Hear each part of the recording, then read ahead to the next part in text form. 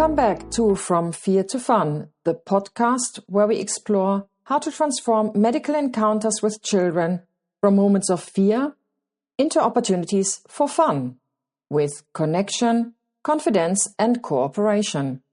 I'm so glad that you are here. Today's episode tackles another topic that many clinicians never think about, yet it shapes every conversation we have with patients and parents. Intelligence differs between doctors and patients, and that difference matters. In the general population, an IQ of 100 is considered average. So where are you on the IQ scale?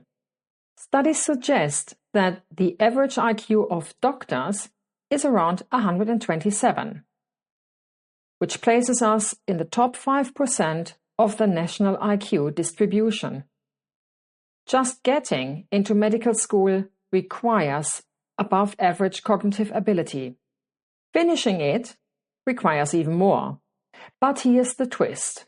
We spend our careers surrounded by other high achievers. We compare ourselves to our peers, and so we start to believe that we are average. We forget that statistically we are not, and that forgetfulness has consequences. If doctors are in the top 5%, then 95% of the people, including our patients and their parents, have a lower IQ than we do.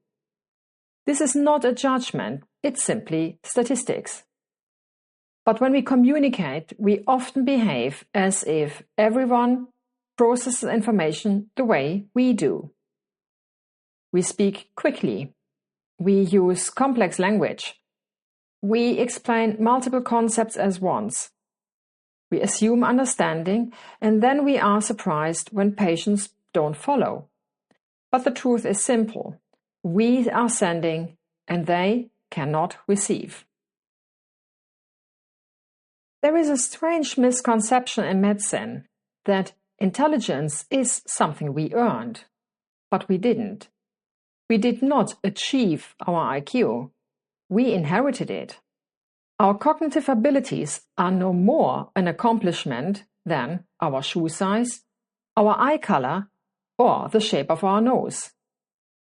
Intelligence is a tool we were given, not a medal we earned.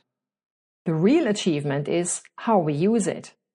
And one of the most important uses is this: translating complex concepts into plain, accessible language. With this background, now add the hospital setting to the equation. Patients and children here are anxious, overwhelmed, unfamiliar with the setting, and worried about the outcomes. Fear alone reduces cognitive capacity. Even highly intelligent adults struggle to process information when they are scared. And research shows 80% of medical information is immediately forgotten, 10% is remembered incorrectly, and only about 10% is accurate. So even if the parents have the cognitive resources, the emotional environment makes comprehension nearly impossible. We speak, they nod, but very little lands. Given all this, the question becomes, what can we do? If intelligence differs between doctors and patients, and if fear reduces comprehension even further, then the ball is clearly in our court. We must adjust, because they cannot. Or for those who enjoy a more elaborate phrasing, it is our responsibility to adapt our communication to the cognitive and emotional needs of the patient and parent, not the other way around. If a 3-year-old can understand what we say, their parents will understand it too. In a nutshell, intelligence is a given tool, not an achievement. Doctors statistically operate at a higher cognitive level than most patients. Fear and unfamiliar environments further reduces comprehension. Therefore, we must adjust our communication, not expect the patients to adjust to us. If a 3-year-old can understand it, their parents will too. Thanks for joining me on this episode From Fear to Fun. In our next episode, we learn that you cannot not communicate and what that means for our interaction with the children and their parents.